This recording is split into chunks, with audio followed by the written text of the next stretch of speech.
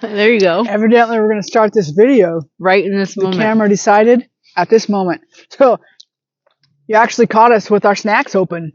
That is one thing I said to Leah, like, I really want to emphasize the snacks. So we're doing what we practice and what we teach is we're pausing to have snacks to refuel our body. But also part of that refueling is seeing how far we've come. We're on the top of a hill. It's a bit of a plateau moment. So we're looking around. We're enjoying the sunshine that's behind us that hasn't been around for, oh my gosh, a long time. But while we're up here, we were talking about why a course on audacious trust. And we know we talked about this a little bit in a different video, but because we're out here, we just want to share again, like, why a course on audacious trust? And for me, part of it is coming up that last hill. It wasn't big. But again, because my body's releasing and it doesn't feel super good, it feels like sickness.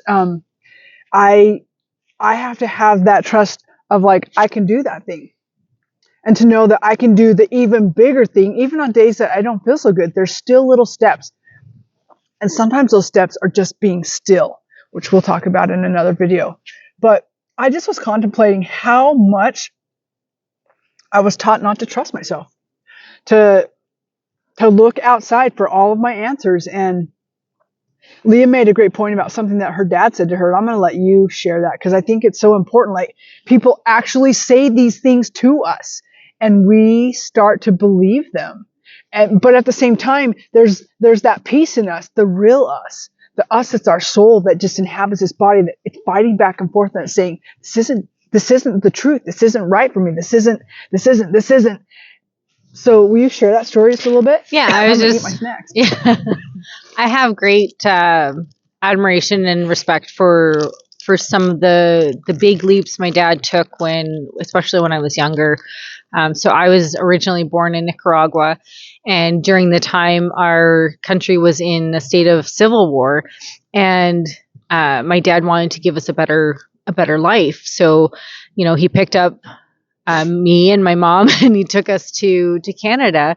It reminds me of a story where my brother and I were making fun of someone dressed in one of those mascot costumes, and my mom scolded us and said, your dad wore one of those just so we could eat when we first came to Canada. Why do I mention that? Because my dad was very much a person that trusted his instinct and trusted his gut. And somewhere along the way, oh my gosh, what did you see? That's a deer running over the... Oh my heck. It's like running out. He is hauling. It's going up by like the residential area. Sorry. That was amazing. Talk about trust. Watching that animal just haul butt up and over the hills. Oh my gosh. Like nothing is under its feet that it could stumble on or trip and fall. That was amazing. That was. I thought you were pointing out the coyote again. No. Oh my gosh. Squirrel. No, yeah. Deer. But going back to that, like he was a man that trusted his gut, and he had a lot of successes in his life, and somewhere the doubt really took over for him. Some people call that bipolar. Some people call it depression. I really feel like he felt so disconnected from who he was, leaving his country and going to something that was so vastly different from what he was taught and culturally and familiar, like just not having that connection with your family and having to start everything from scratch. It reminds me of you coming out of the church, right? And how it feels like, oh my gosh, there's like nothing because everything I know. Well, it's like, who do you trust? What do you trust? Exactly. Forgetting that the best place to have trust is right here. Yeah. So as I was going through big life changes a couple years ago, I remember having a conversation with him, and he said, don't trust your gut. Don't trust your heart. You listen to your head and your logic. And I took it, but I didn't take it because I thought that's not right. Somewhere he lost trust with himself, and the inner demons just kind of took over, and just his whole life imploded. I think just because he fed so much into the fear of where he was at in life. Well, and that point right there, and I think that's the other pieces. People tell us to not trust our heart and not trust our gut, and those are the seat of who we are. That's where they have their own brain. Our heart has its own brain. Our gut has its own brain. They have the same kinds of tissue as our actual brain and connections.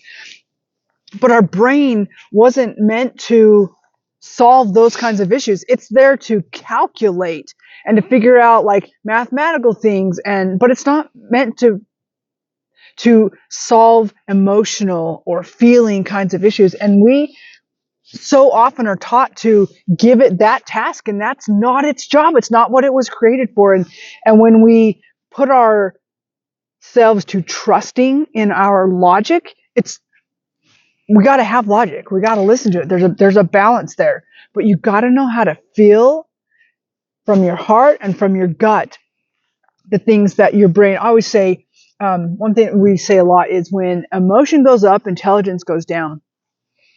And even with the feeler, you've got to be able to run it through the brain and get all of the pieces together in this, our beautiful coherence. Yes, coherence. Letting them all work together. It's such a beautiful thing when you're in the practice of building audacious trust to learn how, and it takes time, and you're gonna fumble a lot, and you're gonna roll down the hills a lot, but you're gonna be okay.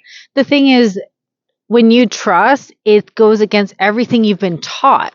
So that's the craziest such a humbling thing. Yeah, I'm thinking of the last couple years, our own journeys of having full trust and believing in a greater picture and holding on to that, because it's so easy and tempting to go back to what we know, because again, it's the devil we know. It's comfort.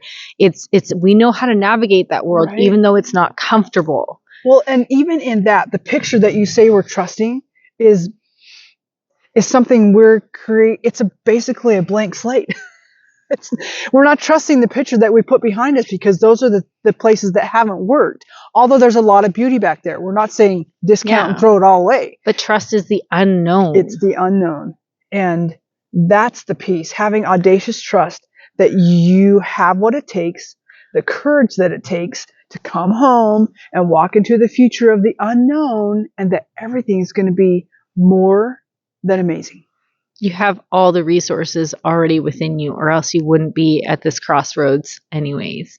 I think of Osho and how he talks about the unknown and the known is dead. Like the known is already done. The future, that's right. But the unknown is endless possibilities. And we keep drawing from everything we've known so far, and it creates so much fear. But that's a good sign. That's like the best sign, and it's a sign of growth and of expansion and of new learning. You can't grow in a place that you already know, because you already know it. You already know it. Oh my gosh. That's we can get deep here, but so those are just part of our reasons of like why a course on audacious trust, because it's probably the number one tool you need to have yourself to accomplish what it is you're wanting to accomplish. Because if you don't trust yourself, it's very, very challenging to trust anything else outside of you. If you don't know how to be home inside of yourself when storms happen or dynamic tension shows up or challenging things, you won't know how to handle it, because you'll be doing what you've already done, which has actually brought you here. So why a course? There you have it. See you in the next one.